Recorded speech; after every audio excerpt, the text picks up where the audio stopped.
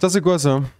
Bah là, on va commencer on commence gentil, là. La thématique un peu complexe du 7 octobre. Aïe, aïe, aïe, aïe, aïe. Bon, du coup, 19h30 de ce dimanche qui parlait déjà de la commémoration du 7 octobre. En Suisse, les appels à la paix à la veille du 7 octobre datent des attaques terroristes du Hamas en Israël. Une cérémonie commémorative pour les victimes du massacre vient d'avoir lieu à Berne. L'événement s'est déroulé en présence du président de la Fédération suisse des communautés israélites et du secrétaire d'État Alexandre Fazel, Pierre Nebel. Un chant retentit ce soir dans la synagogue de Berne pour commémorer les victimes des attaques terroristes du 7 octobre 2023 en Israël. Présents dans la salle aussi, des représentants du monde politique suisse venus pour écouter la douleur de la communauté israélite de Suisse. Le 7 octobre était un recul pour l'humanité. On nous a rappelé que la barbarie et la cruauté sont parfois plus forts encore que l'humanité. Une assemblée qui témoigne de la montée de l'antisémitisme en Suisse. Même nos enfants doivent se justifier dans les écoles et dans les universités pour une guerre pour laquelle ils ne peuvent rien. Des juifs sont malmenés, on leur crache dessus dans les rues, on les attaque, et ils sont même presque tués. Également présent, le secrétaire d'État aux Affaires étrangères. Je vous exprime la compassion et la sympathie du gouvernement suisse pour la société israélienne, pour toutes les victimes du 7 octobre et leurs familles, et la communauté israélienne en Suisse. D'autres cérémonies. Ça, pour moi, c'est quand même très questionnable, le fait que... c'est quoi son titre déjà, le directeur DFAE. Du DFAE, donc du Département fédéral des affaires étrangères. Secrétaire ou secrétaire d'État. Ouais, c'est secrétaire d'État. Se déplace à cet événement. Alors, en soi, pour moi, ça, c'est pas problématique. Ce qui est problématique, c'est que parallèlement à ça, le DFAE n'a rien fait depuis 1 an et n'a rien communiqué par rapport au génocide qui est en cours à Gaza. Et puis Et c'est là où il y a un 2 poids 2 mesures qui est de la part du DFAE que je trouve vachement dérangeant. Et puis, je suis désolé, mais ce pays... Mais non, jamais ça se passera en Suisse. Mais là, t'es un peu provocateur, t'es l'imam de Lausanne ou de Genève ou de je sais pas d'où, t'invites le secrétaire à une prière du vendredi, en hommage aux enfants gazaouis. Tu les invites. Jamais ils foutront leurs pieds dans une mosquée. Ouais, un tweet pour rappeler à la retenue, mais le tweet, c'était après la riposte de l'Iran contre Israël. Et puis, j'avais pas noté la traduction Jüdische Gemeinschaft en société israélienne, ce qui n'est absolument pas la même chose. Effectivement, je l'avais pas entendu, mais bien relevé. Parce que Gemeinschaft, c'est la communauté. C'est société ou communauté, mais Jüdische, ça veut dire juif et pas israélienne. Ouais, ah ouais, et donc, ouais. Les cérémonies auront encore lieu demain dans toute la Suisse. À Gaza et désormais tous les regards se tournent aussi vers la frontière israélo-libanaise. Au Liban, les dernières heures ont été marquées par d'intenses bombardements israéliens. Dans la capitale, Beyrouth, les témoins parlent de pire nuit depuis le début de l'intensification des frappes. Tamara Munkanovic. L'explosion est puissante. Elle illumine le ciel de la capitale libanaise. Une frappe parmi la trentaine de bombardements israéliens qui ont secoué la nuit dernière cette banlieue sud, fief du Hezbollah. Donc juste avant, une fois de plus, je peux pas m'empêcher, je fais les parallèles avec ce qui était dit dans l'autre truc. Elle disait, on est à des tensions extrêmes parce qu'ils ont perdu une policière. Une policière est morte, c'est dire la tension que c'est. Et là, 30 bombes. Comme ça, rase des quartiers entiers. Qui rase des quartiers de Beyrouth, qui tue des gens et tout. Et puis là, par contre, t'as pas de reporter pour dire la tension est extrême. Non, c'est il a plus des bombes. Voilà, une nuit de plus pour les Libanais, ils connaissent ça depuis longtemps. Dans le quartier visé, un profond cratère. Mais la fumée s'échappe encore des bâtiments détruits. Les décombres jonchent désormais les rues. L'armée israélienne avait averti les habitants avant de frapper. Elle dit avoir ciblé des dépôts d'armes et... Ça, une fois de plus, je suis désolé, attends, je dois laisser aller, puis on dit après. Ouais. D'accord, désolé, je suis chiant. Les infrastructures de la milice libanaise, ici, désolé. certains nient. Vous voyez des armes ici? Vous voyez des armes? À quelques kilomètres de là, dans le centre de Beyrouth, les bombardements de la nuit sont dans tous les esprits. Où qu'on se trouve à Beyrouth, on entend tout et on reste scotché devant la télévision. Personne n'est épargné. C'était une nuit de terreur. Il n'y a pas de solution, si ce n'est que l'agression doit cesser le plus vite possible. Le Premier ministre libanais a appelé le monde à faire pression sur Israël pour un cessez-le-feu au Liban, ce nouveau front à la frontière nord d'Israël. C'est ici que Benjamin Netanyahou a rendu visite à ses troupes. Il y a un an, nous avons subi un coup terrible. Au cours des 12 mois qui ont suivi, nous avons transformé la réalité d'un extrême à l'autre. Le monde entier est émerveillé par les coups que vous portez à nos ennemis. Je vous salue et je vous dis que vous êtes la génération de la victoire. Une posture triomphale dans cette guerre contre le Hezbollah libanais, le Hamas palestinien et leurs alliés depuis désormais 1 an. Voilà.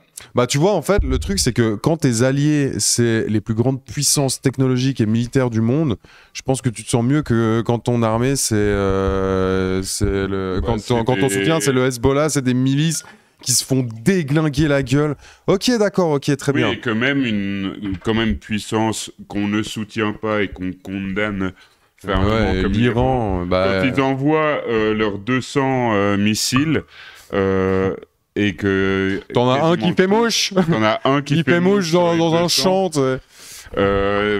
C'est un peu asymétrique en termes de conflit. Mais bon. C'est absolument choquant. Bah, tu vois, là maintenant, il y a eu un élément de propagande là, qui a été dit, je m'en souviens. Frappe. Les caches d'armes. Qu'ils ont frappé ce bâtiment parce que... Ce truc qu'on fait avec Israël, mais arrêtez, c'est un élément de propagande de guerre de mentionner dans tous les reportages qu'Israël a averti. Ouais. Qu'est-ce que ça foutre change, putain. Mais qu'est-ce que ça change? Qu'ils avertissent ou pas, ils tuent des gens, et de toute façon, c'est pas parce qu'ils ont averti que c'est bien. C'est pas bien. Ça me rend fou. C'est juste un élément de langage. Et je pense que c'est un élément qui touche des gens de la population. Mais bien sûr. Voilà, ils ont averti. C'est la preuve que c'est pas... C'est une armée éthique. La semaine passée, on a vu aussi le 2 poids 2 mesures énorme. Parce que y a eu des missiles iraniens qui ont visé... un quartier résidentiel principalement à Tel Aviv. Franchement, je sais pas si avec ce qu'on voit, ils visent les Iraniens. Alors, si, parce que par contre, il y a eu des aéroports militaires qui ont été visés. Enfin, c'était visé, c'était ciblé quand même. Oui, et où les gens étaient là, vous voyez, ils visent des quartiers résidentiels. Sauf que c'était le Mossad qui s'est mis en plein milieu d'un quartier résidentiel. Donc, quand c'est le Hamas qui le fait, ils utilisent des boucliers humains. C'est illégal d'après le droit de la guerre. Et donc, Israël n'a pas d'autre choix que de viser ces quartiers résidentiels parce que le Hamas s'y cache. Mais par contre, quand c'est le Mossad qui se met en plein milieu de quartiers résidentiels, là, c'est l'Iran qui a tort d'attaquer ces quartiers résidentiels. Et de nouveau, ça ne veut pas dire que, en tout cas personnellement, mais j'imagine que c'est également, qu'on soutient le régime iranien. De loin pas. Mais c'est juste qu'au bout d'un moment, quand t'es extérieur, quand t'es... Alors, pas neutre, parce que les Occidentaux sont de loin pas neutres par rapport à cette histoire, mais quand même, quand tu as un point de vue extérieur, il faut au moins constater ce 2 poids 2 mesures. Si tu es un média neutre, au moins tu fais ça, au moins tu le constates. Et ensuite, le spectateur averti et intelligent, critique, pourra se faire sa propre opinion. Mais là, c'est complètement biaisé, c'est pas possible. Alors, je suis d'accord avec toi, Méduse, qu'il y a eu certaines émissions, certains débats ou certains invités à la RTS et à la radio qui étaient beaucoup plus basés et qui amenaient un petit peu de fraîcheur dans ce cadrage médiatique.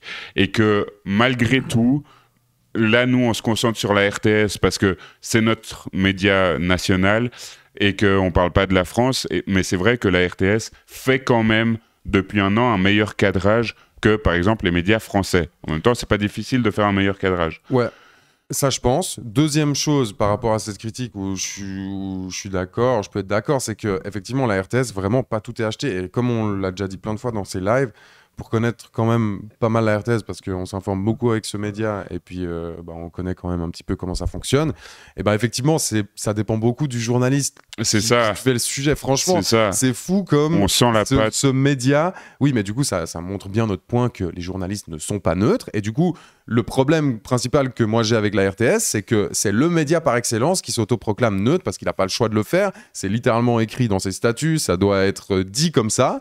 Et c'est quelque chose qui est vraiment ancré au sein de la population, mais c'est quelque chose qui ne va pas. Et tu le vois parce que dans la plupart des reportages, tu sens la patte du journaliste. Et c'est bien.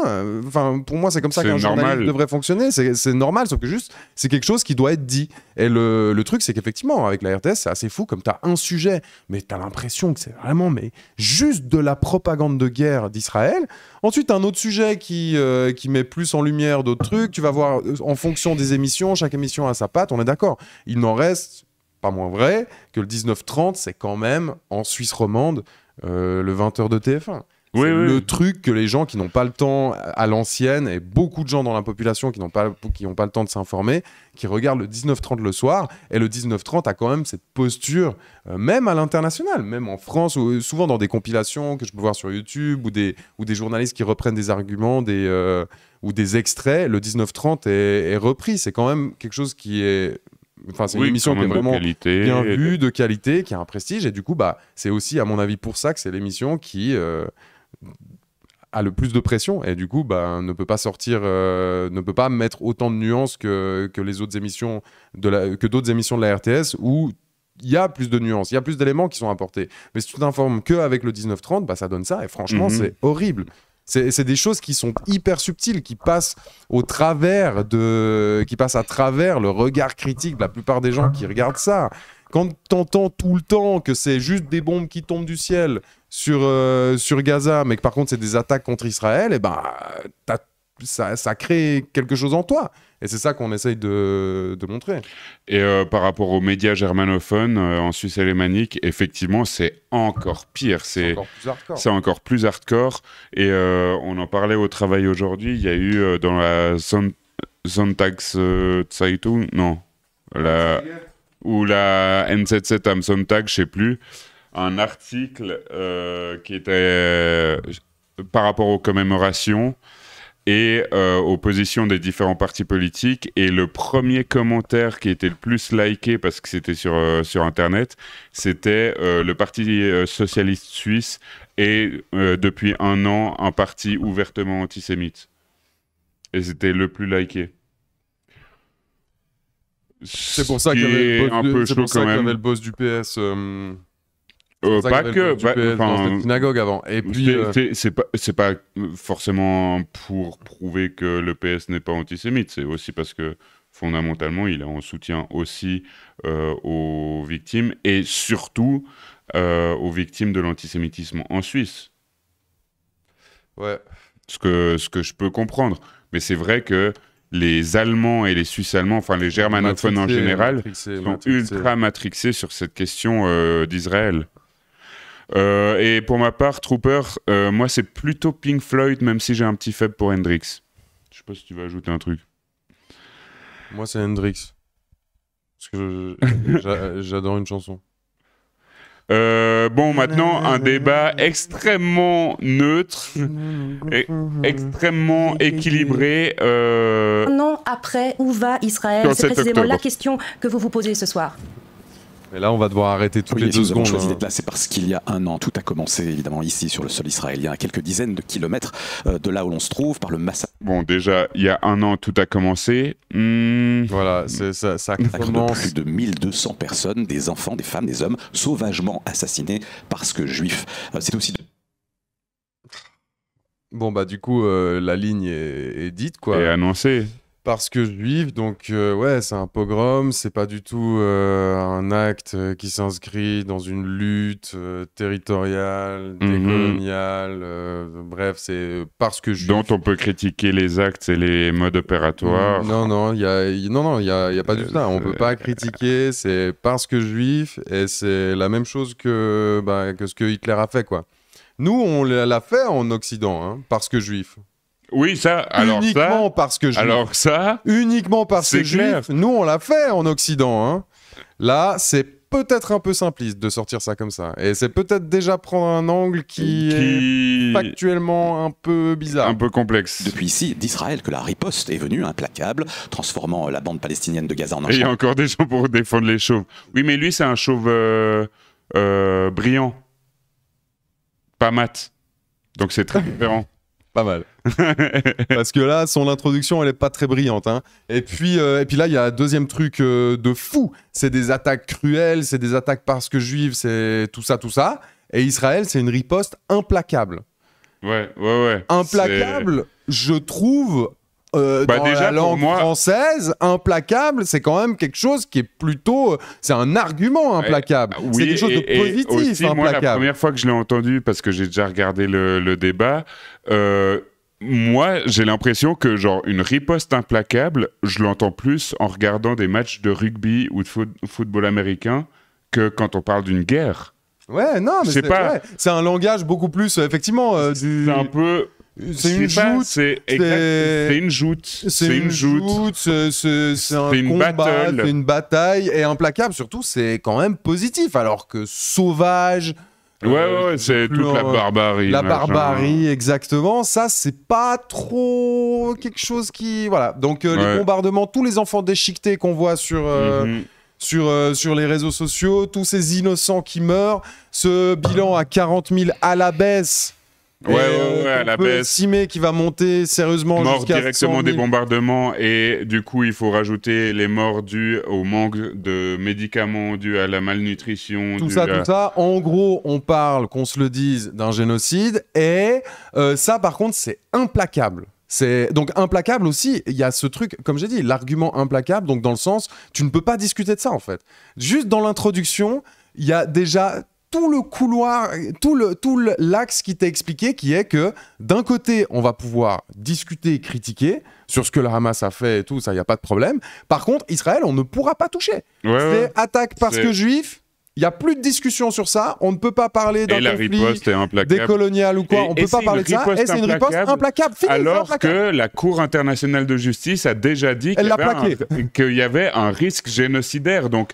Quand la Cour internationale de justice dit qu'il y a un risque génocidaire... Institution occidentale bourgeoise. La Cour internationale de justice. Oui, dans ce sens-là, oui. Quand c'est même une institution de notre propre camp qui dit que c'est placable...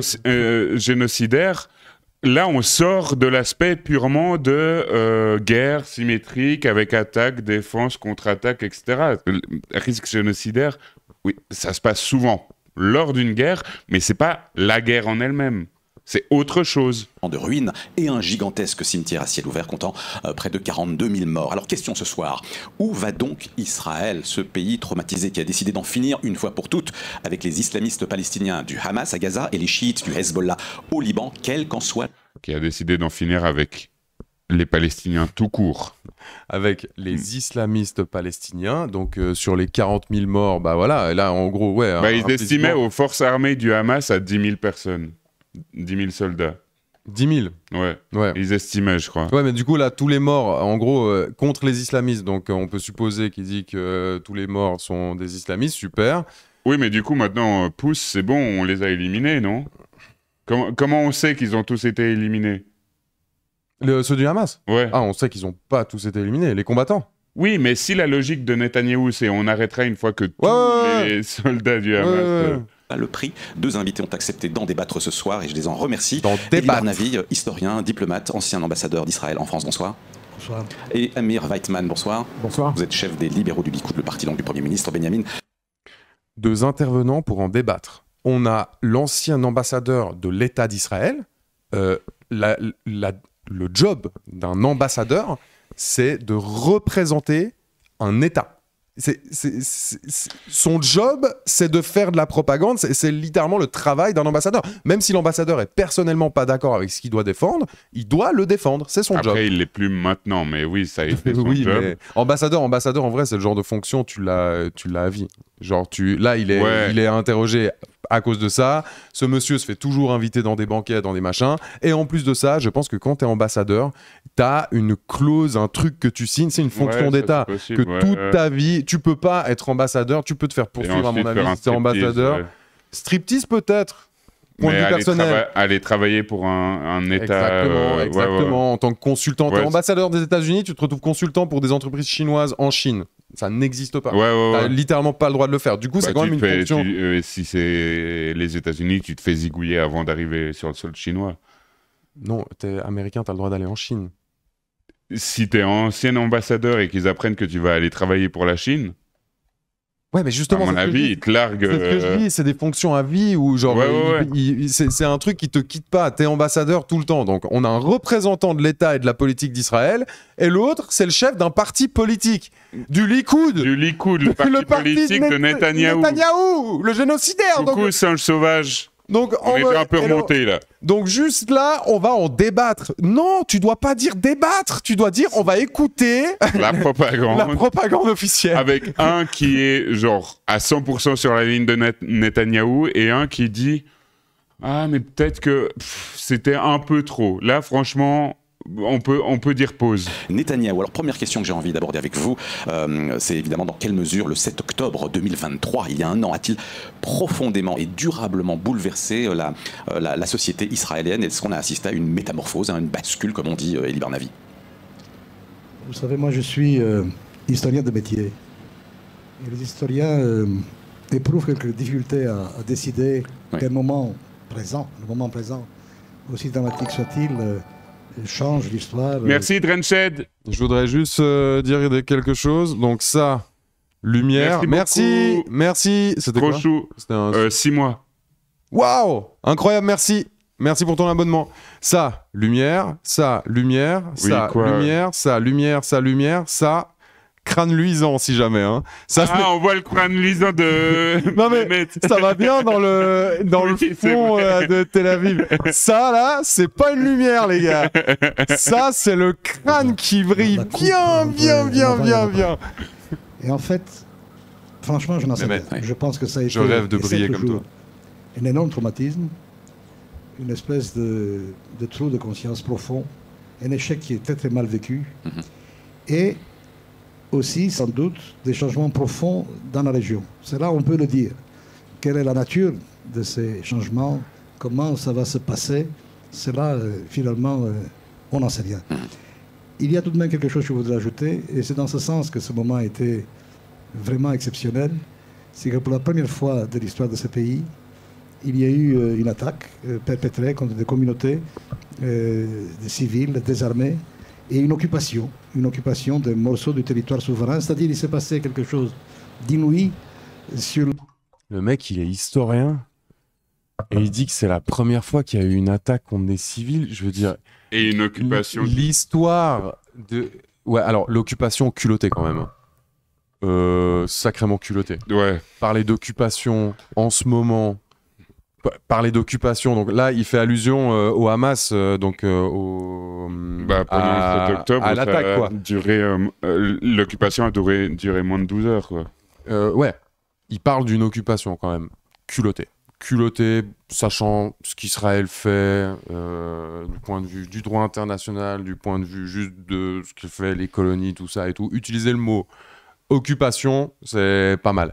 Mais qu'est-ce que je racontais? Ah oui, il est historien, il a dit c'est la première fois qu'on s'attaque à des civils. Je veux dire, l'histoire d'Israël, c'était des attentats à Jérusalem. Il y a tout le temps eu des attentats depuis la création de l'État d'Israël.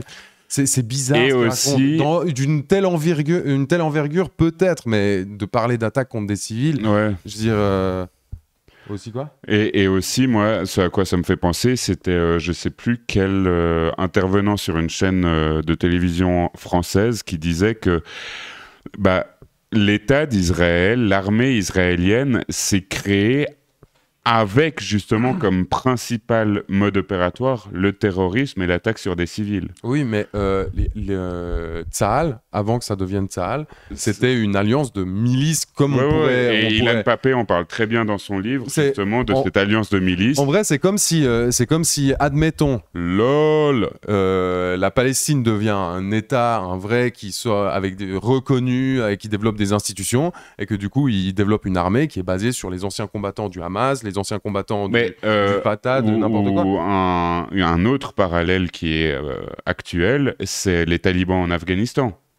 qui sont devenus des miliciens terroristes qui ensuite deviennent un gouvernement. Non, mais Tsahal, c'était ça, c'était des groupes, et ça a commencé avant la création de l'État d'Israël. Avant la création de l'État d'Israël, quand, avant la déclaration Balfour, qui a vraiment marqué un immense tournant, parce que c'était une première reconnaissance internationale de l'Occident, d'un pays occidental, de la légitimité et de l'existence d'un État hébreu dans la région. Avant ça, du coup, il y avait vraiment des milices où ils se foutaient sur la gueule avec des Arabes à coups d'attentats, à coups de on envahit le kibbutz, on envahit ton village, ton machin et tout.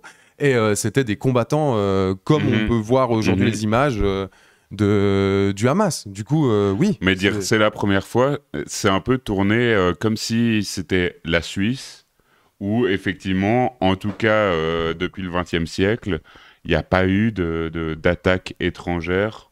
Je suis en train de vérifier, mais non. Sur le sol suisse. Or là, c'est pas le cas. C'est toute l'histoire israélienne qui est remplie de ça. Le but, là, quand tu dis ça, cette propagande, elle s'adresse à qui? Elle s'adresse à des Occidentaux. C'était, je sais pas si tu te souviens, comme au lendemain, quand ils ont dit c'est notre 11 septembre à nous. Si on le fait par rapport à la population, ça équivaut à 49 milliards de morts, je sais pas quoi et tout. En fait, c'est vraiment un truc qui parle à des Occidentaux, parce que du coup, quand toi, t'écoutes ça et que t'as grandi en Suisse ou en France, ou tu te dis, ouais, c'est comme si tout d'un coup, je sais pas, ouais, il y avait une attaque territoriale où ils rentraient dans mon pays. Ensuite, très rapidement, il y a eu ces graphiques qui ont été publiés sur tous les réseaux sociaux où tu as le nombre de morts civiles depuis les années 2000 entre Palestiniens et Israéliens. Et tu vois que ça commence pas le 7 octobre. Et de nouveau, c'est pas pour dire qu'on s'en fout des 1200 morts du 7 octobre, mais c'est pour dire qu'il faut à chaque fois contextualiser, et que d'avoir un tel discours, c'est justement sortir de cette contextualisation et de cette historicisation du conflit. Et c'est essayer de rendre Israël vraiment, genre que quand on parle d'Israël, ce soit comme si on parle de n'importe quel autre pays occidental. Et d'ailleurs, il y a beaucoup de ressortissants israéliens dans le monde entier.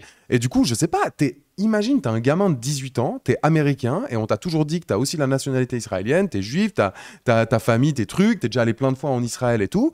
Et du coup, toi, tu l'analyses avec ton prisme occidental, et t'es là, c'est juste une invasion, et du coup, je dois aller prendre les armes. Et cette propagande, elle est faite pour ça. C'est effectivement nier l'histoire qui est hyper récente de l'État d'Israël, que de dire ça. C'est vraiment comme si, en fait, ils considèrent que cet État a toujours existé. C'est ce que tu essayais de dire avant, quoi. Qu'il a toujours existé avec les règles occidentales. Les règles de l'homme développé. De l'homme, d'ailleurs, on regarde sa couleur de peau, il est bien blanc.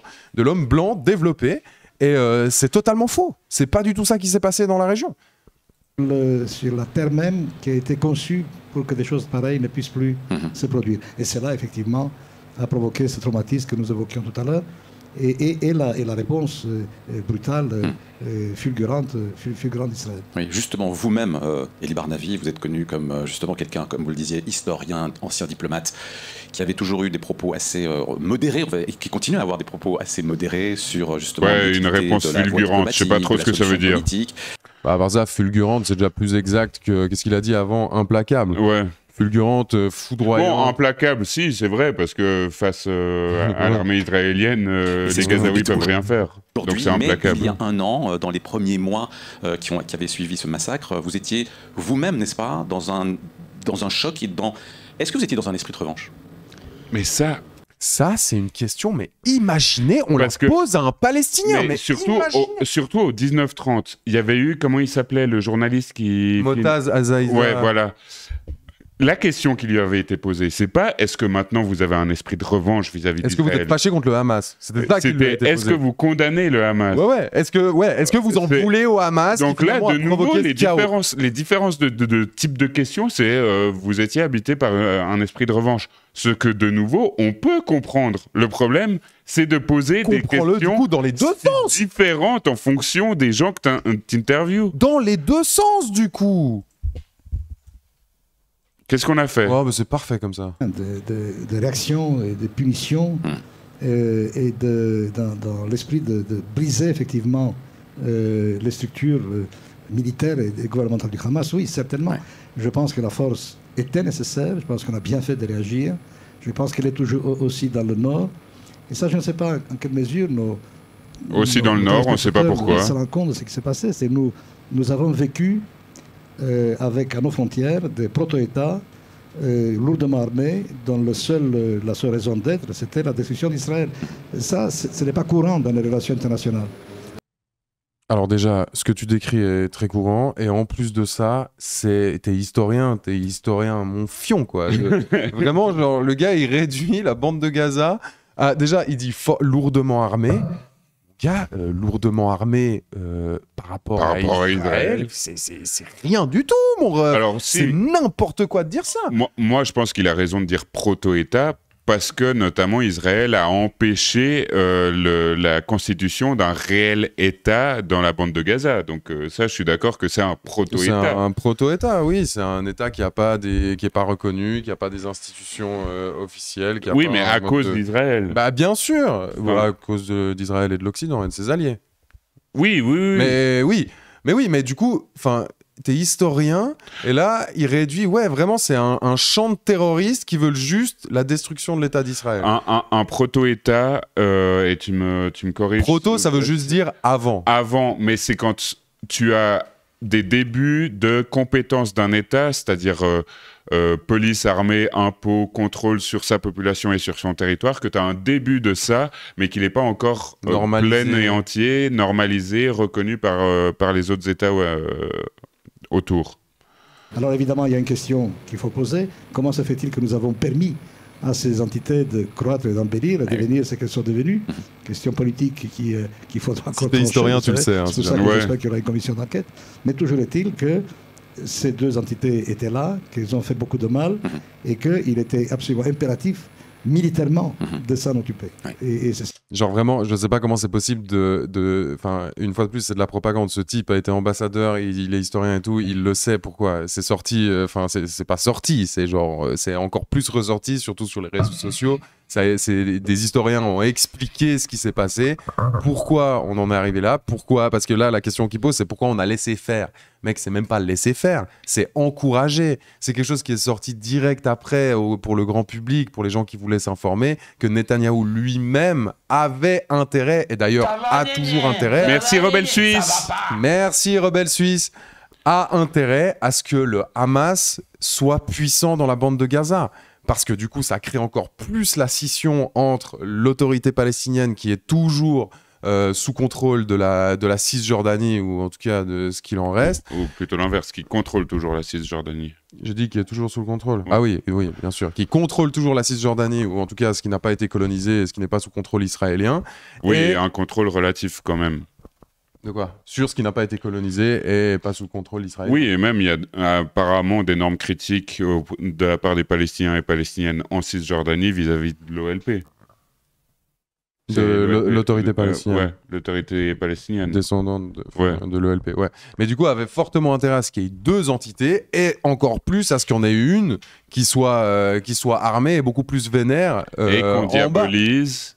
Et qu'on diabolise, parce que là, c'est ce que ça va dans l'intérêt de l'État d'Israël, dans l'intérêt d'éradiquer cette menace sous la légitimité, avec l'approbation internationale, pour plein de questions. Bah, c'est clair que c'est plus facile d'éradiquer une population quand on dit que leurs dirigeants sont type Hamas, alliés de l'Iran, plutôt que quand c'est une population qui serait dirigée par un Guy Parmelin, où là c'est un peu compliqué d'expliquer, oui, on va les bombarder. Bah ouais. Donc, et pour plein de raisons, qui est l'unification la colonisation, la finalité, c'est la colonisation de toutes les terres palestiniennes que les Israéliens, ou en tout cas ceux qui sont au pouvoir, considèrent qu'elles leur en sont tout cas au pouvoir. Ensuite, je pense que dans la droit. population israélienne, il y a une partie qui veulent justement cette colonisation de la bande de Gaza, et je pense qu'il y a une autre partie qui soutiennent quand même les actions de l'État d'Israël dans la bande de Gaza, non pas parce qu'ils veulent forcément coloniser, mais parce qu'ils veulent anéantir les dangers qu'il y a aux frontières de l'État d'Israël, pour être en sécurité, etc. Mais, ce qui pour moi est une autre manière de soutenir un génocide, quoi. Ouais.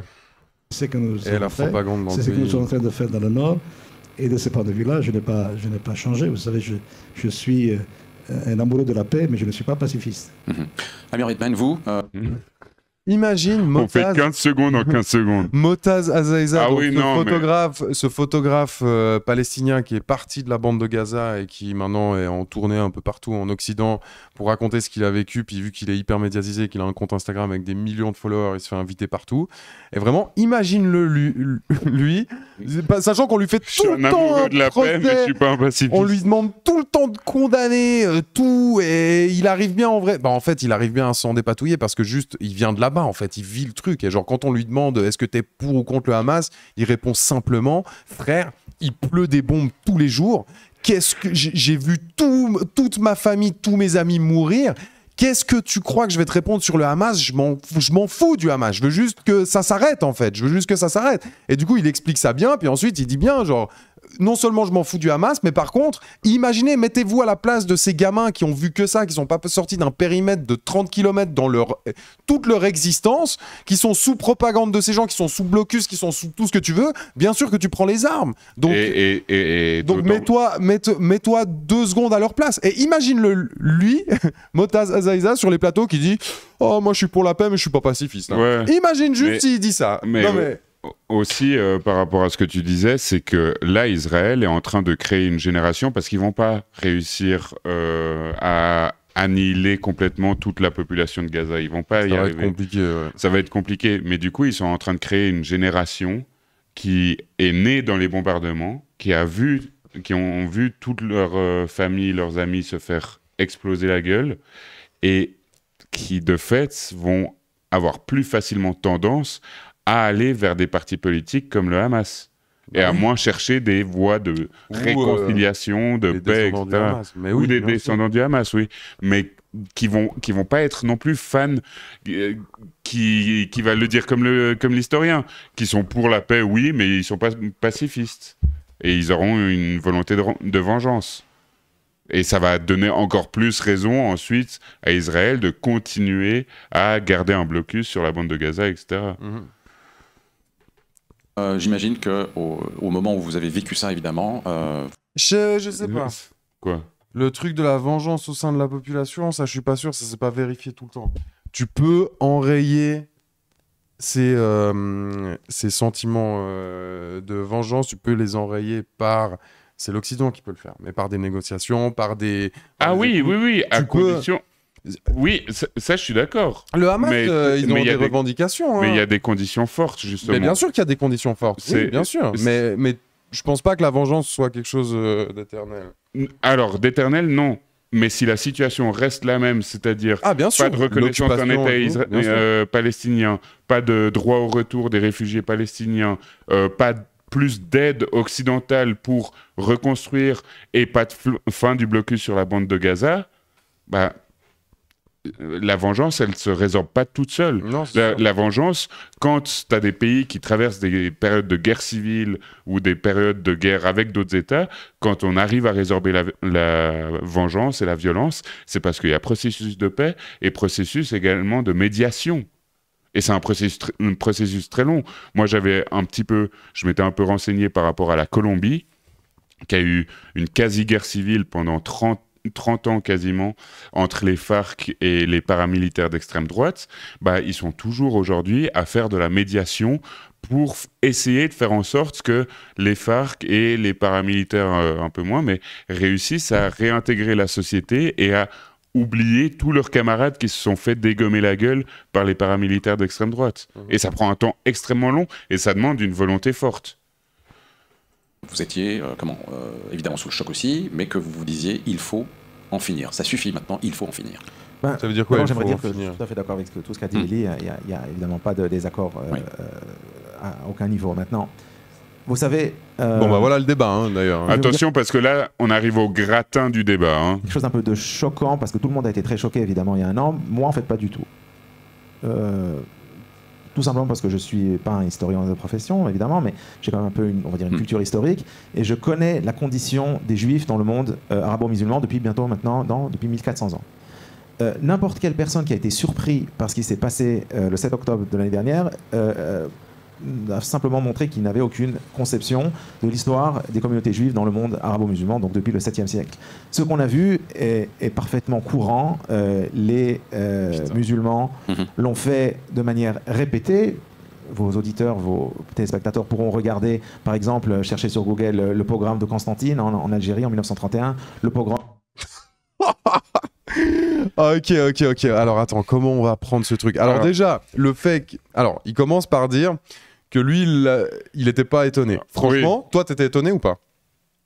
Oui, en soi, oui. Sérieux? Moi, j'avais l'impression, le jour de l'attaque, que l'État d'Israël, enfin que les Israéliens se réveillaient de « Oh mon Dieu, mon État est en guerre ». Ah oui, dans ce sens, oui. Qu'il y ait cette attaque-là précise de cette envergure, non. C'est ça. Non, ça non. Mais par contre, qu'il y ait une attaque contre Israël, et donc parce qu'il y a des possibilités de réembrasement de la région. Oui, qui sont encore plus forts après 20 ans de blocus d'Israël, après de la bande de Gaza par Israël, après le fait aussi que ça faisait longtemps qu'il n'y avait plus rien eu. Et en général, quand il n'y a plus rien, c'est juste qu'en fait, ça grouille. Ça grouille, enfin ça a juste explosé. Donc franchement, tu connais un petit peu, et j'étais beaucoup moins un expert qu'aujourd'hui sur le conflit israélo-palestinien, ça je te le dis. Donc tu connais un petit peu l'histoire de la région, et de l'État d'Israël et de la Palestine. Pas étonnant que ça mais t'enfermes des gens, ça pète. Lui il dit que c'est pas étonnant parce que c'est la réalité dans le monde arabo-musulman depuis la création de l'islam, donc depuis le 7e siècle. Et ensuite, donc, premier exemple... Attends, donc il dit que la réelle raison, c'est que depuis la création de l'islam, 1400 ans, il y a un problème entre l'islam et l'islam qui a une haine naturelle, apparemment, parce que quand l'islam est né, il y avait déjà une haine des juifs, on ne sait pas pourquoi, on ne sait pas comment, et dès le début, il y avait un problème. Lui, il dira que non, parce qu'il dit que c'est à partir du moment où les musulmans sont arrivés. Donc justement, avant, il n'y avait pas de haine des juifs. Oui, mais comment ça arrivé dans l'islam, cet antisémitisme? C'est la nature. Mais c'est écrit dans le chat. C'est la nature. Il vient de dire que les musulmans sont antisémites par nature. Antisémites par nature. Oui, donc le type est juste islamophobe, mais là, c'est pas de l'islamophobie. Encore, je trouve Pascal Praud, là, il passe presque pour un finot dans son islamophobie. Encore, Pascal Praud, il dit c'est peut-être les punaises de lit, on sait pas. Non, là, il dit c'est dans la nature des musulmans d'être antisémites. Il dit des arabes musulmans, ouais. Les arabes, et il dit ça fait 1400 ans. Et ensuite, il va prendre que des exemples du XXe siècle pour parler de massacres commis par des musulmans contre des juifs. Donc déjà, si ça fait 1400 ans, pourquoi tu prends que des exemples du XXe siècle? Et le premier qu'il cite, c'est en Algérie en 1931. Algérie française. Vraiment, genre, au moins, avec la colonisation... Si tu veux défendre que la colonisation, on vous a amené là, vous étiez sur vos vieux dodanes là, avec vos 3 charrettes là, vous n'avez aucune technologie, on vous a amené des aéroports. Alors au moins la France, si elle a amené les aéroports à l'Algérie, au moins qu'elle admette qu'elle a amené l'antisémitisme aussi quoi. C'était la France ce pays. Et ça, il y a eu des travaux d'historiens qui ont montré comment la France en Algérie, pendant la colonisation, ils avaient mis en place des systèmes juridiques et de titres, pas de séjour, mais de citoyenneté, différents entre les Algériens musulmans et les Algériens juifs et juives. Genre vraiment, mais... Alors, c'est pas qu'à partir de ce moment-là, c'est OK de commettre un massacre contre les juifs, hein, attention, mais c'est juste que peut-être que cette forme d'antisémitisme a légèrement été influencée par ce vieux racisme systémique des pays européens colonisateurs. Par exemple, et puis sinon il y a un beau contre-exemple. Hein. Comment il s'appelle là, Likoudman là? Tu vas quelques kilomètres à côté. C'est connu que l'ancien sultan du Maroc le roi du Maroc a protégé les Juifs pendant la guerre. Oui, le Maroc en vrai, premier degré. Hein, le Maroc est connu comme un pays où il y avait beaucoup de juifs séfarades qui ensuite, forcément, après la création de l'État d'Israël, sont beaucoup, je crois une connerie, genre 6 ou 700 000 sont partis en... Peut-être un peu moins quand même, hein, mais quelque chose comme ça, sont partis en Israël, et que du coup, là maintenant, je crois qu'au Maroc, t'as plus que 10 000 juifs, quelque chose comme ça, mais encore aujourd'hui, le roi affirme que... qu'il y a des juifs marocains et qu'ils sont qui font entièrement partie de la nation marocaine, tout ça. C'est un pays arabe aussi, hein, le Maroc, en tout cas aujourd'hui. Le roi du Maroc. Oui, parce que colonisé par les Arabes. Le Maroc. Oula, sujet sensible. Ouais, alors moi je préfère parler de la colonisation récente des Occidentaux que la colonisation des Arabes. Écoute, la colonisation des Arabes, c'était il y a plus de 600 ans, ok. Et quoi, du coup, quand Berne... il y a prescription. Quand Berne, ça faisait 400 ans qu'ils avaient colonisé le canton de Vaud, c'était bon, fallait oublier, c'est ça? Bah, justement, le canton de Vaud, c'était 350 ans, et moi je mettrais un 400. 400 c'est la limite. 400 ans, c'est la limite. C'est la limite. Putain, on fait des jokes sur le colonialisme quand même. Ouais, non, mais ouais, en plus, non, mais ce qui est cool avec les Marocains, c'est qu'ils sont montés jusqu'en Espagne. C'est des Arabes qui ont colonisé des États occidentaux, ça fait plaisir. Non, pas du tout. Allez, ouais. C'est juste à côté. Un propal qui ferait une sortie raciste antisémite équivalente à la RTS, ce serait à raison le scandale de la décennie, totalement. Enfin, là, on a un niveau d'islamophobie, mais ça, pour moi, c'est de nouveau un symptôme d'à quel point en Europe, on s'est habitué au discours islamophobe, purement islamophobe. C'est que en dehors de la question de traiter d'une manière symétrique les propos palestiniens et les propos israéliens, c'est aussi qu'on accepte ce discours parce qu'on entend jour et nuit des propos islamophobes partout en Europe. Mais en fait, le truc, c'est que vraiment, là, je trouve que ce qui se passe, c'est vraiment un bel exemple de... Quand on dit racisme... Il faut que je formule mon truc. Tu veux me le dire à l'oreille avant de le dire dans le micro? Non, là on n'est pas sur une glissade. Je veux te parler vraiment de l'affect qui est lié à toute cette propagande. Parce que souvent quand tu vas parler à des gens, tu vas dire propagande et tout, ils vont te dire t'es complotiste, t'es je sais pas quoi et tout. C'est vraiment tout con.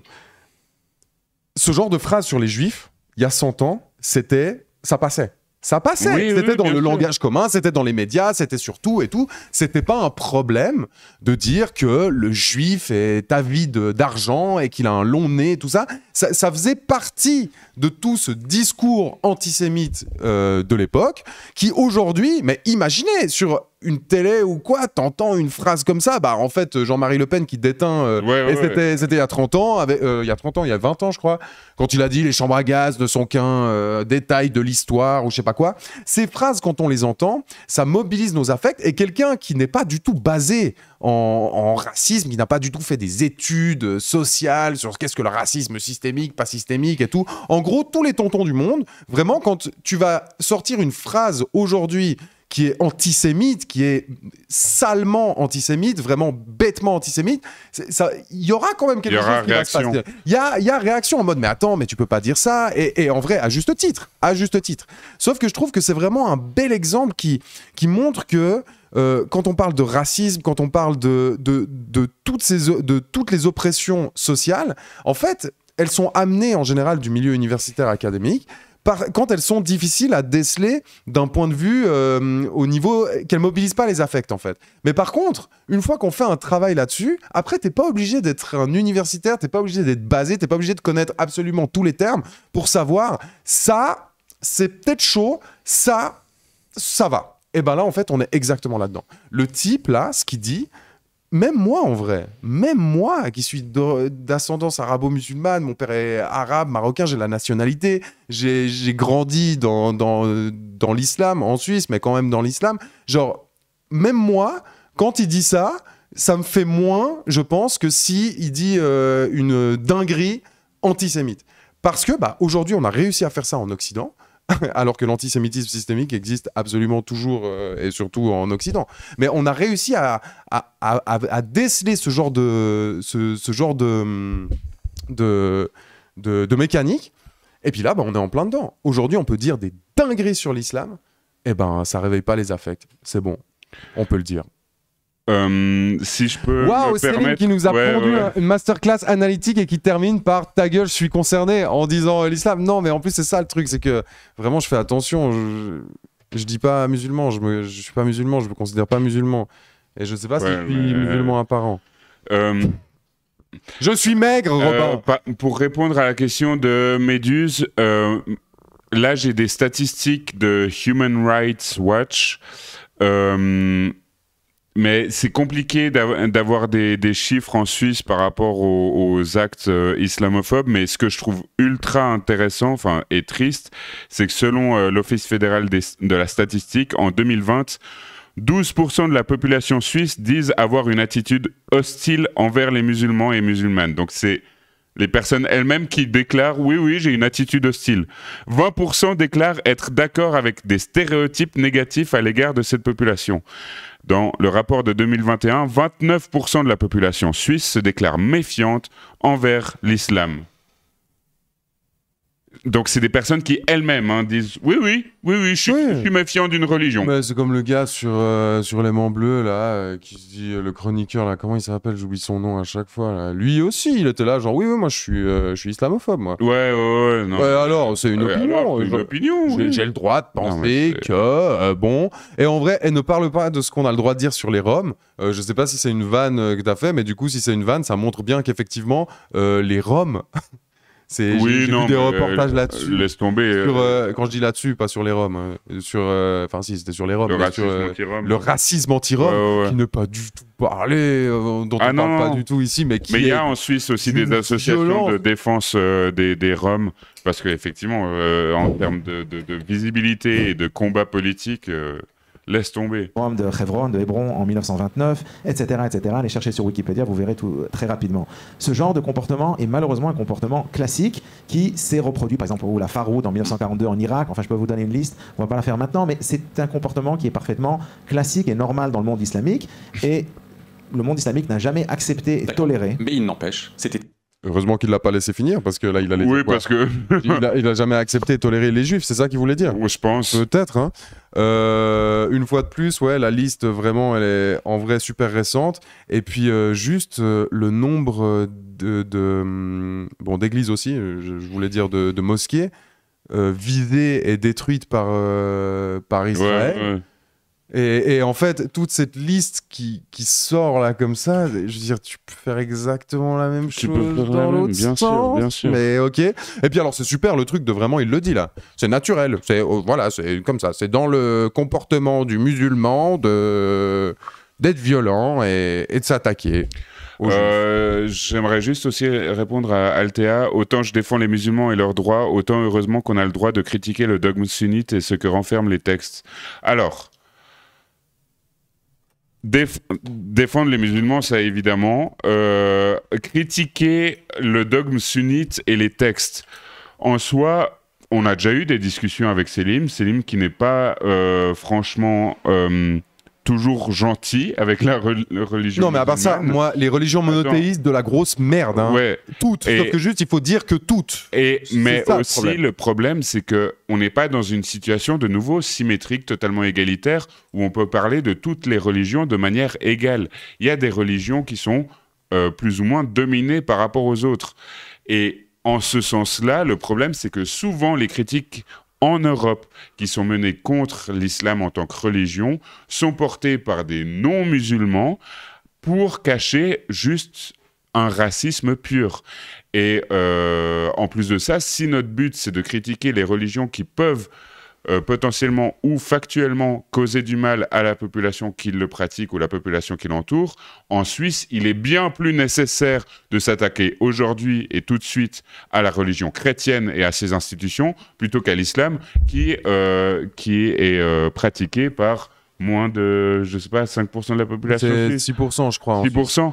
Et enfin, si le but, c'est de critiquer une religion qui commet des crimes, quasiment au nom de la religion, à ce moment-là, il faut attaquer le christianisme en Suisse. Après, qu'il y ait des Iraniens et Iraniennes qui critiquent l'islam, qu'il y ait des Algériens et Algériennes qui critiquent l'islam, tant mieux, et je comprends totalement, et je pense que ça a leur place dans le discours politique de ces pays-là. En Suisse, c'est très différent quand même. En Suisse, les musulmans et musulmanes sont dominés.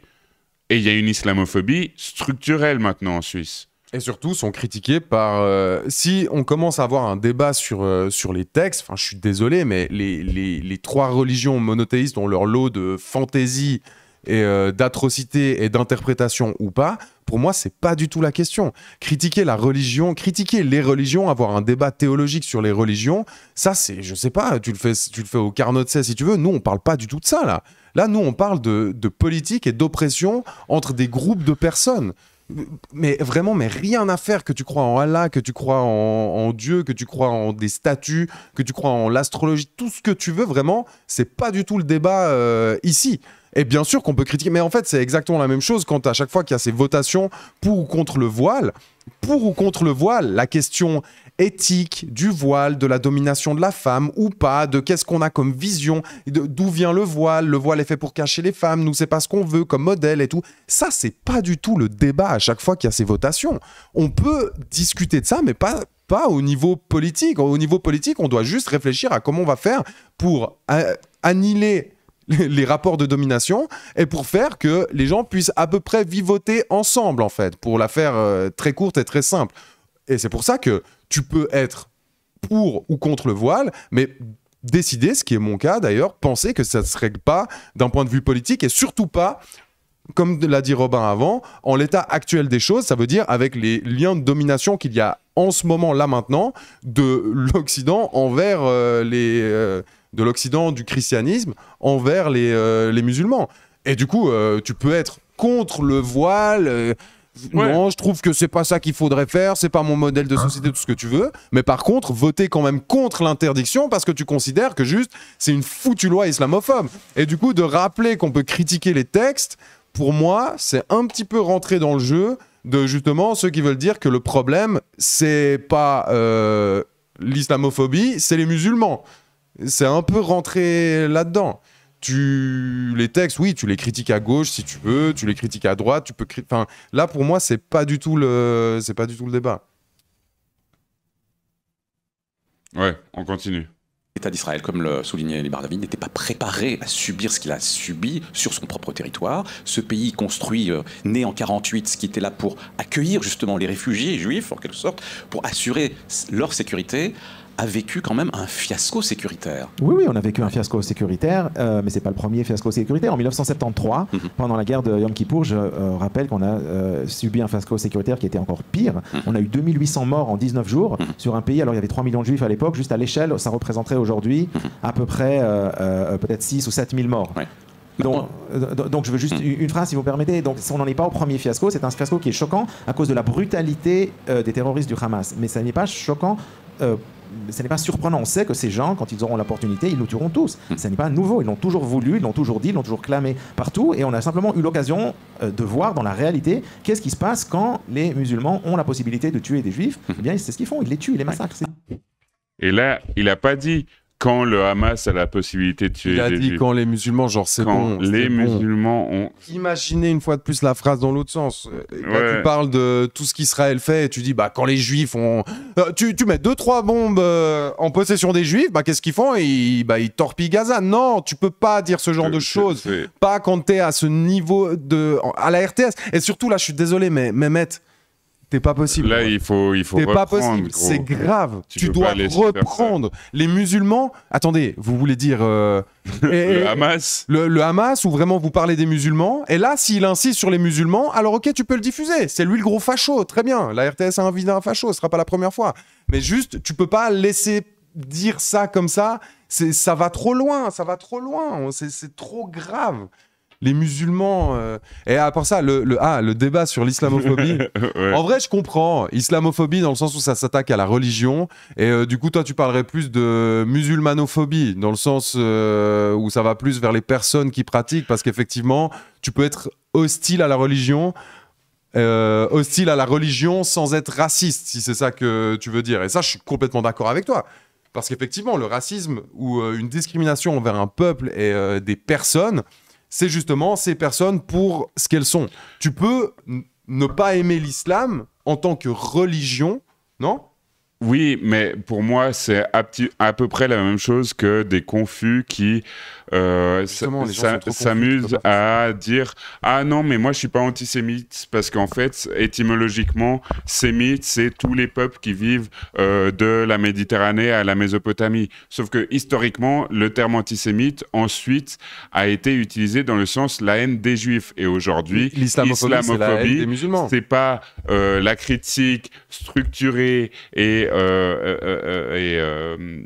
scientifique des textes, mais c'est la haine des musulmans.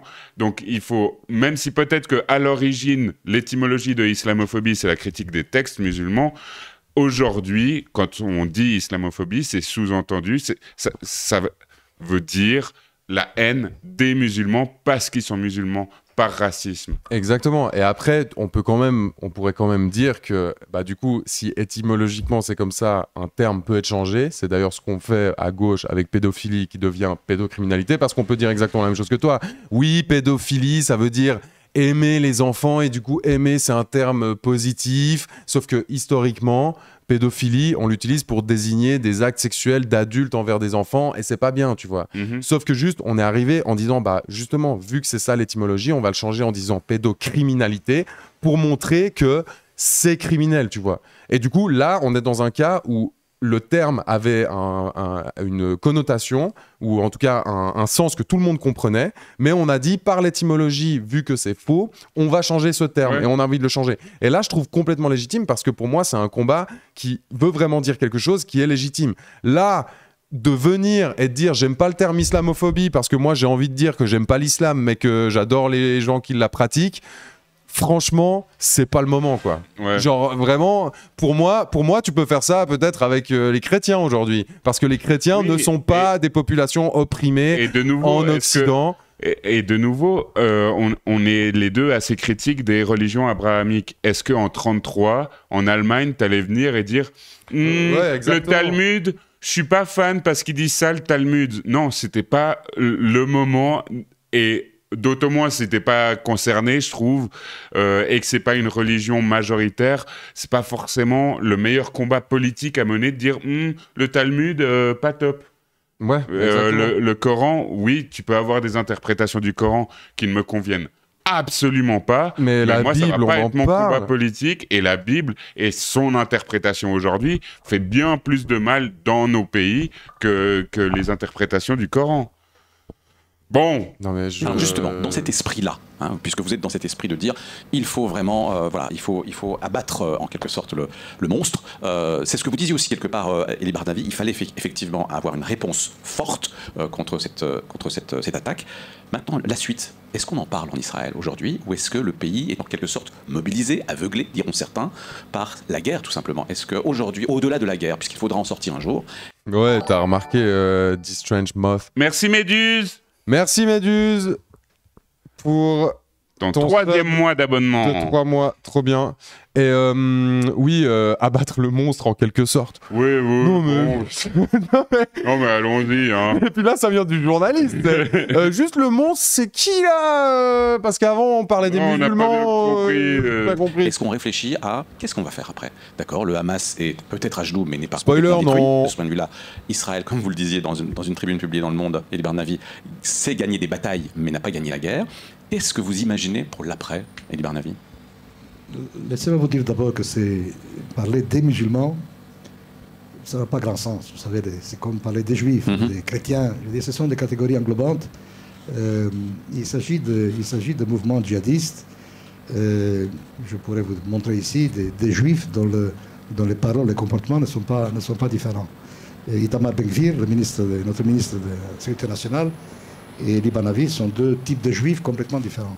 Donc je ne pense pas qu'il y ait dans l'ADN des musulmans le besoin, la nécessité de tuer des juifs partout où ils se trouvent. Non, attends, il est extrême gauche, lui, ou... Avoir un État à soi, pourvu d'une armée et des structures souveraines, ça devrait quand même nous mettre à l'abri de ce genre de pogrom. On n'a pas su le faire. Alors, maintenant, pour répondre à votre question. Toute stratégie étatique conséquente comporte 2 pieds. Un pied militaire, et j'ai dit qu'il était nécessaire, et un pied politique et diplomatique. Les deux sont liés. Si on ne marche que sur les jambes, on est forcément déséquilibré. Or, une action militaire qui ne débouche pas sur la politique, qui ne débouche pas sur la diplomatie, est une action militaire qui ne peut pas porter la victoire. Non, je suis désolé, d'extrême gauche, lui. Hein. Promettre la victoire totale, comme l'a fait Netanyahou, se jeter la poudre aux yeux aux gens. Il n'y a pas de victoire. Une armée régulière ne peut pas défaire une guérilla. Il peut la réduire, il peut la démanteler. Elle ne peut pas la détruire dans la mesure où s'il reste un seul gars avec une roquette et qu'il tire cette roquette, il a déjà gagné la guerre.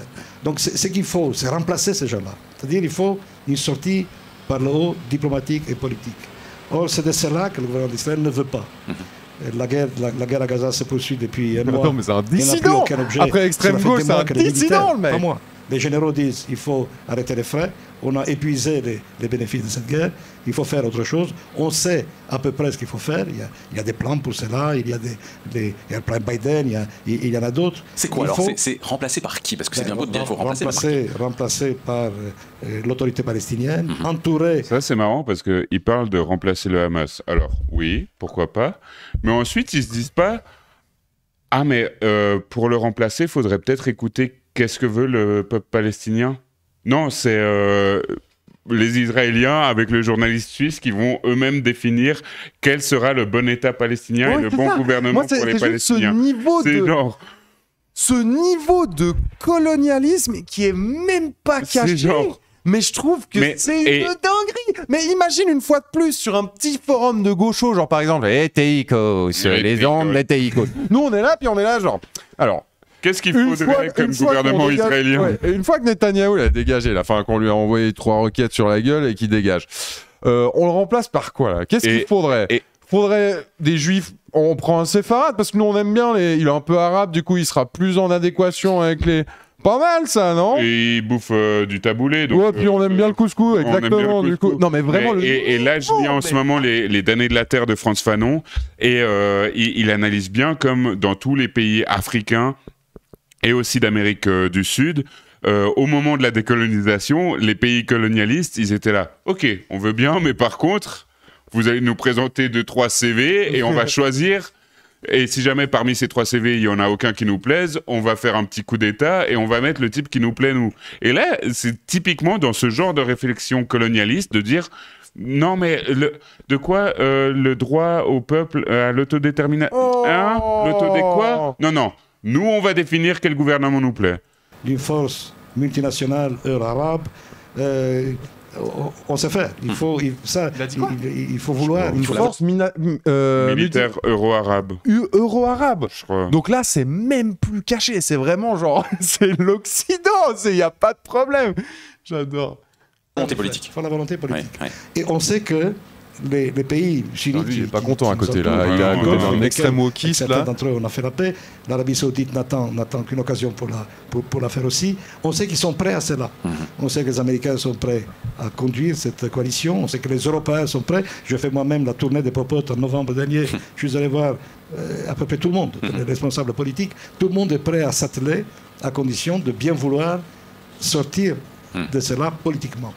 Pour sortir politiquement, pour Netanyahou, ça veut dire quoi? Mais ça veut dire perdre le pouvoir, tout simplement. Le moment où il dit « je suis prêt à arrêter la guerre », il n'a plus de coalition. Ça veut dire que nous sommes en train de faire la guerre sans dire par quoi on veut remplacer les gens que nous sommes en train d'écraser, en refusant obstinément de parler du jour d'après, parce que cela veut dire un programme politique qui risque de coûter cher en termes politiques.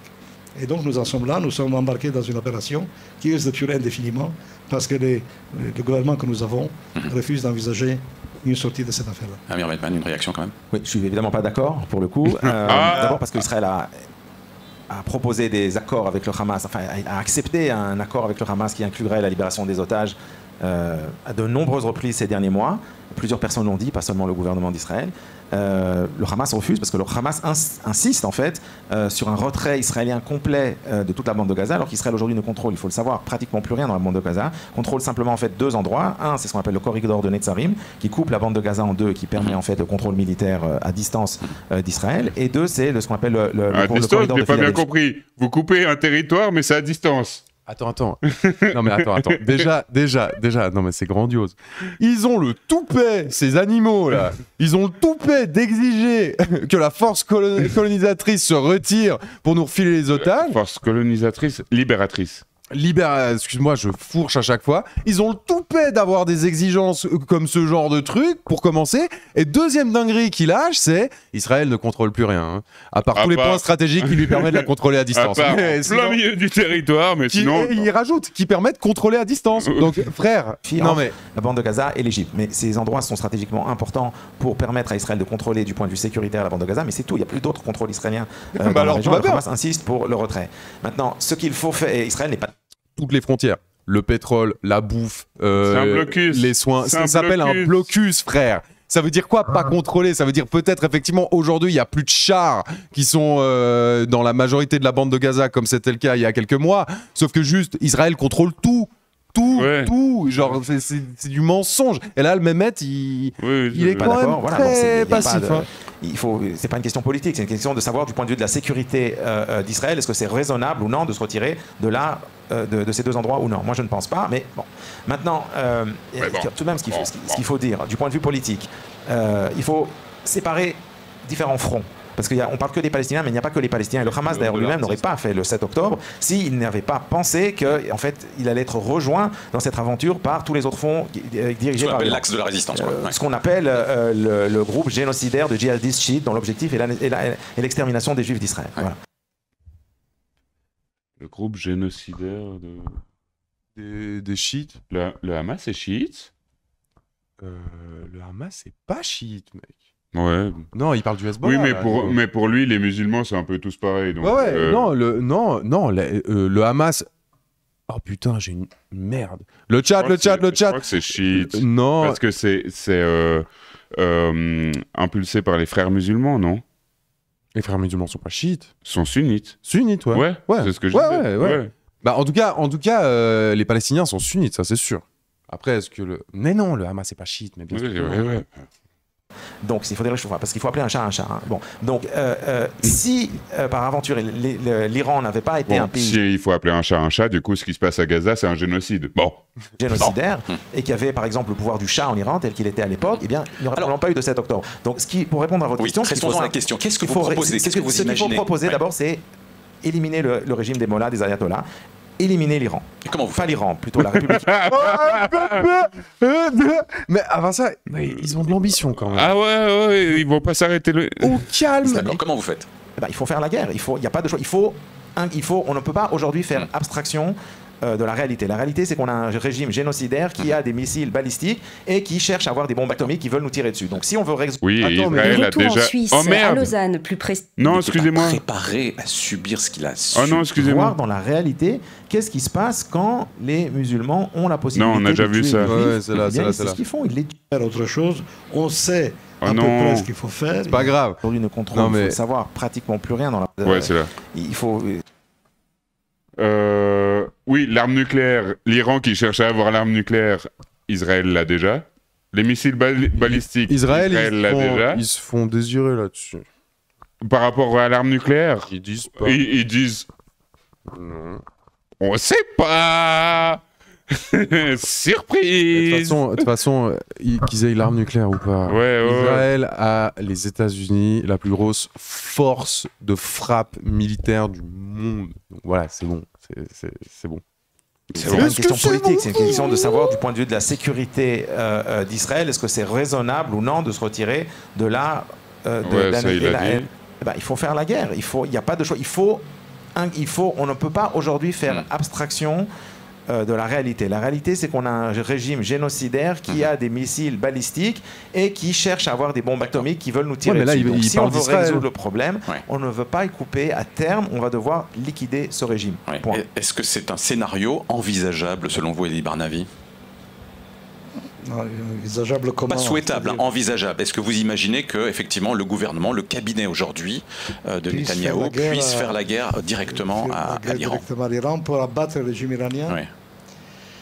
On peut tout envisager, mais vous savez, là, Israël est un État à la fois puissant est vulnérable. Pourquoi? Nous avons une force militaire redoutable, Pourquoi? mais qui dépend entièrement des États-Unis. Alors, c'est-à-dire que les gens ne pensent pas à ça suffisamment. Tu fais les backups de MC. Pour faire la guerre, il faut un appareil militaire. Cet appareil militaire a besoin de pièces de rechange, de munitions. Ces pièces de rechange, ces munitions nous viennent des États-Unis. Nous avons besoin de la coalition internationale. Cette coalition internationale, c'est les États-Unis. Ce sont les pays sunnites de la région qui n'aiment pas du tout le régime génocidaire iranien, effectivement, et qui sont prêts à entrer dans une coalition avec nous pour faire pièce à ce régime. Le régime génocidaire iranien? Oui, parce que leur but, c'est d'annihiler Israël. C'est dans ce sens. Non mais attends, mais génocidaire. si maintenant le but c'est d'annihiler Israël, c'est l'État d'Israël, c'est un génocide pour eux, État génocidaire. Eux, c'est pas leur but, c'est ce qu'ils font. Oui. En Cisjordanie, il y a une petite différence. et à Gaza. Oui. Donc si l'État d'Iran, c'est un État mérite génocidaire, détruit. bah, j'ai pas entendu la CIJ qui a parlé de l'Iran comme État génocidaire. Non. Non, mais en fait, ce qu'il veut dire, c'est que tu as le droit d'annihiler un État génocidaire quand il prévoit de faire un génocide. Par contre, tu peux plus une fois qu'il a déjà commencé son génocide. Et surtout aussi s'il dit pas qu'il le prévoit de le faire. Il dit voilà, on vous jure, on va rien faire. Faire la guerre aux Iraniens à distance, d'ici, ça n'a pas grand sens. Non mais je suis d'accord, juste pour que les choses soient claires, ça ne peut pas être, ça doit être un projet occidental et des alliés. Au moins c'est clair. Au moins lui, il n'y a pas un tortiller du FIAC. Bon, si la proposition de paix est apportée par l'Union africaine, c'est non. Par contre, si c'est les États-Unis et la France, c'est oui. Les sunnites modérés, sinon on va pas y arriver. Alors, sunnites modérés. Mais donc, mais j'ai pas compris. Modérés. Je pensais qu'ils étaient tous dans le même panier. Ouais, alors déjà, effectivement, là, il a quand même fait une distinction entre terroristes et musulmans. Oui. In fine, déjà là, on avance. Et puis du coup, est-ce que tu appliques ça à toi, par hasard? Oui, parce que... On peut considérer que Netanyahou et son parti... On dit pas non à avoir un gouvernement israélien modéré. Modéré, pas par exemple d'extrême droite, colonisatrice et impérialiste et... Qui bombarde des casques bleus de l'ONU. Pour faire ça, pour bâtir une telle coalition, il faut certaines conditions. L'une d'entre elles, c'est le commencement, c'est le début au moins d'un processus avec les Palestiniens. Avec l'Arabie Saoudite, c'est assez intéressant quand même. Ils meurent d'envie de faire alliance avec nous. À la veille du 7 octobre, ils étaient déjà prêts à sauter le pas. Ils n'arrêtent pas de dire maintenant, faites le nécessaire, et nous sommes ensemble, dans le même camp. Imaginez la coalition qu'il pourrait y avoir ici avec les États-Unis. Cela couperait les ailes du coup au régime iranien. Un régime qui n'est pas populaire, il faut le dire. C'est-à-dire c'est vrai qu'il n'est pas top niveau popularité. C'est réunir le peuple iranien autour de son régime. Un peuple attaqué fait ça. Alors que ce qu'il faut, c'est lui couper véritablement les ailes, c'est l'étouffer. C'est faisable, à condition d'avoir une coalition capable de le faire. Pour cela, et tout tourne autour de ça, vous savez. La pièce la plus importante du dispositif, c'est arrêter la guerre à Gaza. Retirer des forces de là-bas, justement. Mais tu vois, l'autre à côté ne comprend pas. Comment ça, arrêter une coalition pour remettre cette bande de Gaza en état de marche.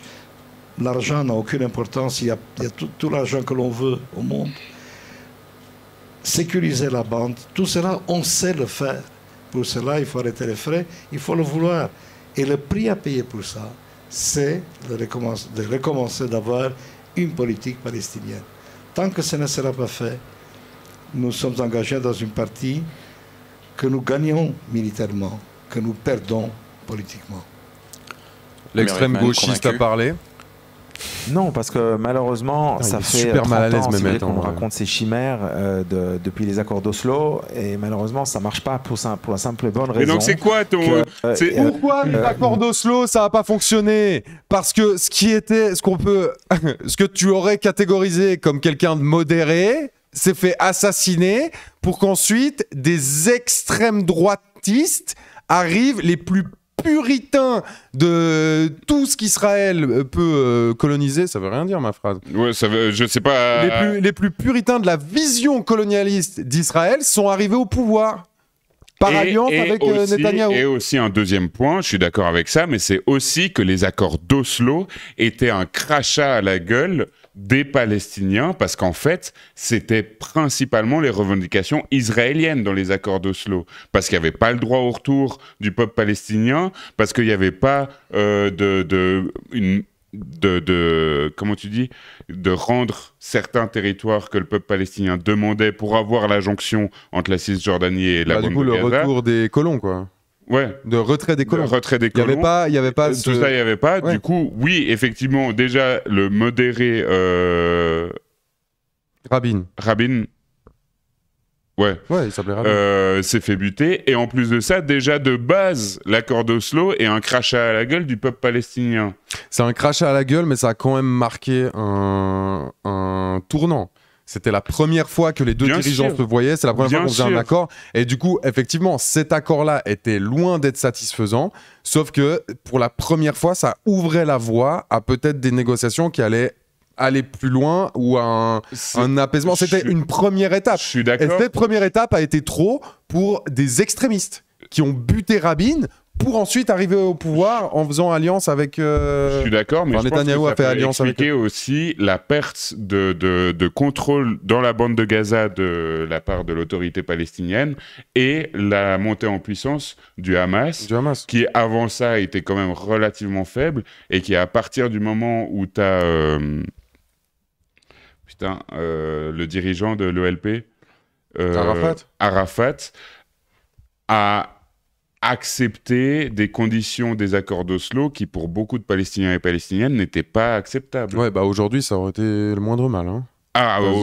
Aujourd'hui, avec ce qui se passe, toute cette colonisation, mais mais lui, il sort ça, on voit bien que les accords d'Oslo n'ont pas fonctionné. Et genre en mode, réfléchis pourquoi ils n'ont pas fonctionné. Ils n'ont pas fonctionné à cause de ton parti, mec. Genre c'est... Il n'y a pas eu d'énergie, il n'y a jamais eu d'interlocuteur, il n'y a pas d'interlocuteur. D'ailleurs, je précise qu'un an après, le président de l'autorité palestinienne, Abou Mazen, n'a encore pas condamné le 7 octobre. Et d'ailleurs, personne dans la société palestinienne de significatif n'a condamné le 7 octobre. Personne. Est-ce que quelqu'un condamne le génocide à Gaza? C'est pas le Hamas uniquement, le problème c'est la société palestinienne qui oui, on a compris, t'es pas les musulmans. Qui est infusé par un antisémitisme djihadiste délirant. Et tant que ce problème ne sera pas réglé, je ne pense pas qu'on puisse le régler, on ne va pas pouvoir régler le problème. Mais du coup, si on ne peut pas le régler, on fait quoi, on annule le peuple palestinien. C'est sa seule solution. Il a dit détruire le peuple palestinien. L'apologie d'un génocide sur la RTS. Il a dit détruire l'Iran, mais ensuite c'est lui qui parle de l'alliance génocidaire chiite. Et de calmer les esprits, et tant que c'est pas possible de les calmer, nous on vous calme à un coup d'obus. Genre, c'est délirant. Palestinienne crédible, que je comprends, et si c'était possible, ce serait très bien. Ça n'est pas possible parce que il faut être deux pour danser le tango, et malheureusement, et jusqu'à preuve du contraire, on n'a jamais eu après... en fait, plus que 100 ans de propositions de paix de la communauté internationale depuis les années 20, les années 30, etc. Il n'y a jamais eu un interlocuteur crédible qui était prêt à faire la paix avec les Juifs. Ouais. C'est ça la triste réalité. Et l'autre triste réalité que vous souleviez, selon vous? Bullshit. Mais par contre, je suis désolé, il faut mettre des taquets à Mehmet. Genre, là, c'est pas possible. C'est pas possible d'être aussi nul, d'être aussi mou. Là, c'est pas un journaliste qui est en face. Là, c'est vraiment genre un gars qui donne la parole à des gens. Ouais, allez, hop, une fois toi. Limite, il a un chrono, c'est tout. C'est juste à ça, en fait. Je parle des Palestiniens. Vous savez, même lui n'est pas convaincu. L'ancien conseiller politique de Ariel Sharon, au moment où il était Premier ministre, il a dit qu'on va attendre que les Palestiniens deviennent des Finlandais. Et ensuite, on pourra faire la paix avec eux. Si on attend qu'ils deviennent des Finlandais, on va attendre jusqu'à la fin des temps. Attends, dans quel sens des Finlandais? On attend qu'ils deviennent blancs ou qu'ils deviennent développés?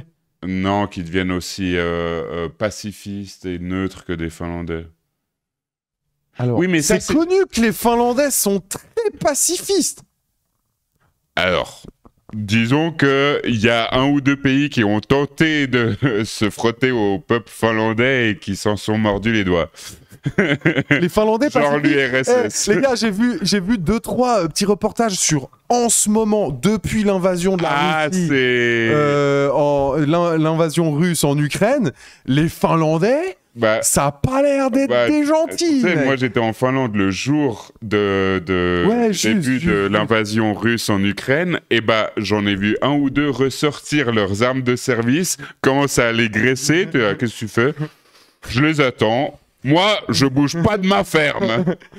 Du coup, c'est quoi cette expression trop bizarre? Mais c'est pour dire, sur le plan international, la Finlande est pas vue comme étant l'État le plus belliqueux du monde. Oui, il aurait pu dire Suisse, du coup, aussi. La Suisse? La Suisse? Justement. Comme toi. Et puis, je t'aurais dit la Suisse? La Suisse? Ok, le Costa Rica. Ça te va, le Costa Rica? Ça vous va, le Costa Rica? Les décideurs. La question n'est pas là. Et je vais vous dire exactement, en peu de mots, ce que je pense qu'il faut faire. Il faut faire une paix sèche, une paix sans grande effusion d'amitié. Il faut assurer les conditions d'une coexistence froide. Et moi, je vous assure que si ces conditions se réunissent, la coexistence froide deviendra, plus rapidement qu'on l'imagine, une coexistence chaude. Je connais le peuple de la région, j'ai vu ça, je l'ai vu à l'œuvre. Malheureusement, on n'a pas le temps de dire ici pourquoi Oslo a échoué. Parce qu'Oslo a échoué, mais il y a des raisons à cela. Oslo aurait pu réussir. Il faut créer les conditions d'une réussite, parce que sinon, ces 14 millions d'individus qui vivent entre la mer et le Jourdain, et qui sont condamnés à vivre ensemble, ne pourront pas le faire. Nous serons condamnés à nous entretuer jusqu'à la fin des temps. Et cela est inadmissible. Merci beaucoup à tous les deux d'avoir participé à cette discussion. Merci. Amir Weitman, vous êtes le chef des libéraux du Likoud, le parti du Premier ministre israélien Benjamin. C'est scandaleux. Ce débat est un scandale. C'est pas un débat, mais c'est scandaleux. Oui, en vrai, je pense que pour des oreilles israéliennes, là c'était un débat. Là c'était un débat, et c'est ça aussi ce qui est problématique, c'est que je sais plus qui disait mon espoir, c'est que même pour le Suisse moyen, le gars du Likoud, son discours est extrémiste et inaudible. Sauf que le problème, c'est que ça ne dépend pas du Suisse moyen, ça dépend de l'Israélien et de l'Israélienne moyenne. Et le problème, c'est que de ce que j'ai pu comprendre, alors de loin, pas tous les Israéliens et toutes les Israéliennes sont pro-Netanyahou, mais s'il est au pouvoir, c'est pas non plus pour rien. Il les a pas non plus achetés. C'est la propagande. Mais bien sûr, sauf qu'avec la propagande, ça fait que ensuite le discours du diplomate est inaudible. Oui, et vu comme un discours d'extrême gauche. Quoi. Un discours est opérant dans les constructions des affects. Et il ne faut pas considérer le discours comme étant uniquement construit, mais il est également constructeur. Les structures du Bourdieu. Oui. Oui, c'est tragique. C'est tragique parce que là, pour l'instant, si on continue avec des discours comme ça, donc du gars du Likoud, la paix, elle n'est pas là. Non, la paix, elle n'est pas là. Puis non, mais dans le sens, même dans l'avenir proche. Ouais, mais le truc, c'est que tu as quand même beaucoup d'experts qui sont loin d'être des gauchos qui lui diraient que, mec... faudrait qu'il aille discuter avec Villepin, de Villepin. Ouais, ou je sais pas, la CIJ, qui à mon avis n'est pas phagocytée par des bolcheviks. Mais vraiment, en fait, ce qu'il dit, vraiment, c'est fou comme il le dit même pas à demi-mot, que le problème, c'est qu'il s'est foutu arabes dans la région. Et on n'a pas compris. On nous a promis une terre, on est arrivé, il y avait des Arabes. Elle était occupée. C'est quoi ce bordel? C'est ça. C'est ça, et c'est tragique. Mais le truc, après, c'est que... aussi, ce qui est intéressant quand tu regardes l'histoire de l'État d'Israël et notamment son discours national, son récit national, c'est que ce qui est enseigné dans les écoles en Israël, c'est qu'effectivement, il n'y avait rien à ce moment-là. C'est ce qu'on leur met dans la tête. Et du coup, ils ne comprennent pas. Et c'est pour ça que Ilan Pappé a fait ce livre. C'est pour expliquer notamment aux Israéliens et Israéliennes que non, c'est faux cette histoire, que ils ont cette vision que c'était un désert où il n'y avait rien qui poussait. Et ensuite, le peuple israélien a réussi à en faire un pays florissant, etc. Et Ilan Pappé a très bien démontré que c'était faux, que c'était pas un énorme désert, qu'il y avait de l'agriculture et tout, et surtout un peuple. Sauf que c'est difficile, je trouve, de se rendre compte à quel point tu dois être matrixé quand, dès ton plus jeune âge, à l'école et dans ta famille, on t'a expliqué qu'il n'y avait personne sur cette terre, que ça te revenait de droit, etc. Bah oui. Si on te dit qu'il n'y avait personne, tu comprends pas la haine que certaines autres personnes dans la bande de Gaza ou en Cisjordanie ont vis-à-vis d'Israël. Tu peux pas le comprendre si on te dit qu'il n'y avait personne à cet endroit-là. Ouais, mais en même temps, d'un autre côté, bah ça se fait. Ça se fait. L'Algérie, oui, l'Algérie c'est un bon exemple. L'Algérie, bah ouais, t'avais plein de pieds noirs qui ont grandi là-bas, qui vivaient là-bas. Merci Fanaglas. Merci Fanaglas. Qui sont nés en Algérie, l'Algérie, ma terre, j'ai grandi à Oran. Bien sûr, et ça a été un déchirement. Mes potes, mon peuple et tout. Bah ouais, c'est un déchirement. Bah mon ref, désolé, tes grands-parents ont fait n'importe quoi. Au bout d'un moment, les pieds noirs, eh ben, ils sont rentrés en France. Et en fait, le truc, c'est que ça se fait. Et là, de parler de fatalité comme ça, bien sûr que t'es en guerre, bien sûr que c'est un problème qui va tellement loin que bien sûr que ça va mettre des générations à ce que la haine parte, à ce que les uns comprennent les autres, à comprendre aussi ce qui s'est passé. En même temps, déjà, il va bien falloir commencer à un moment. Et en plus de ça, eh ben, ça c'est fait. Et moi, je comprends ce qu'il dit l'extrême gauchiste là sur d'abord on fait une paix froide et puis ensuite ça va beaucoup plus vite que prévu. Et ça s'est observé quelquefois. J'ai vu plein de reportages sur le génocide au Rwanda. Et ben là où on parle de génération et de génération, aujourd'hui c'est pas remis, mais par contre le Rwanda, de ce que j'ai pu voir dans ces reportages, ça va beaucoup mieux que ce qu'on aurait pu imaginer vu l'ampleur du massacre et du génocide. Et ben ils ont fait des choses. Il y avait des sortes de tribunaux populaires, il y a eu dans leur éducation, forcément, ils vont changer la ligne éducative du pays. Tu fais quoi, toi ? Continue. Des enfants pour reconstruire quelque chose, sauf qu'en fait, au bout d'un moment, il faut qu'il y ait volonté que des deux côtés, ça se passe, en fait. Et bien sûr que c'est pas facile, mais par contre, bah, ça s'est fait. Après chaque guerre, bah, il y a la fin de la guerre, en fait. Et tu dois faire des choses. Et là, quand il parle, le type, il va s'arrêter où ? Il faut annihiler les Palestiniens, ensuite il faut s'attaquer à l'Iran. Je sais pas si vous avez vu sur une carte Israël-Iran, hein, genre, comme l'a dit l'autre... Effectivement, Israël, ils sont aussi puissants uniquement parce qu'ils ont les États-Unis. Et genre, le type, il veut s'arrêter où ? Il pense à aucun après. Enfin, en fait, au bout d'un moment, désolé pour ton racisme, mais il va falloir que tu considères que les Arabes en Palestine sont des êtres humains et qu'ils ont strictement la même valeur que toi, en fait. Et qu'ils sont légitimes comme toi et qu'ils ont le droit à être sur la table ronde des négociations comme toi. Ça fait froid dans le dos à quel point on est loin de ce moment. On est loin de ce moment. Et franchement, ça fait froid dans le dos. Et là, on s'est amusé à bien chier sur deux représentants de l'État d'Israël et de la politique d'Israël. Mais en vrai, l'Occident, hein. L'Occident est juste... Mais oui, nous, quand je dis l'Occident, c'est vraiment... C'est pas l'Occident, Babylone, c'est vraiment l'Europe. C'est l'Europe et les États-Unis, hein. Et tu mets le Canada et l'Australie dedans, et voilà, c'est ça. C'est ça. Genre, c'est ça, ça tient qu'à ça. Genre, les États-Unis partent, l'autre, il l'a bien dit, hein, parce que Likoudman, il faisait abstraction de ça. Il parle de son pays, il parle de son armée, il parle de Tsahal.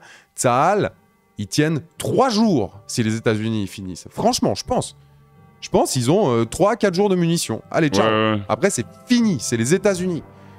Le jour où les États-Unis les lâchent, c'est fini. Sauf que, sauf que les États-Unis n'ont pas intérêt à les lâcher. C'est tragique. Nous sommes tous des enfants de Gaza. Oui. Moi, je suis perturbé. Là, mec, t'as touché un nombre de trucs, gros.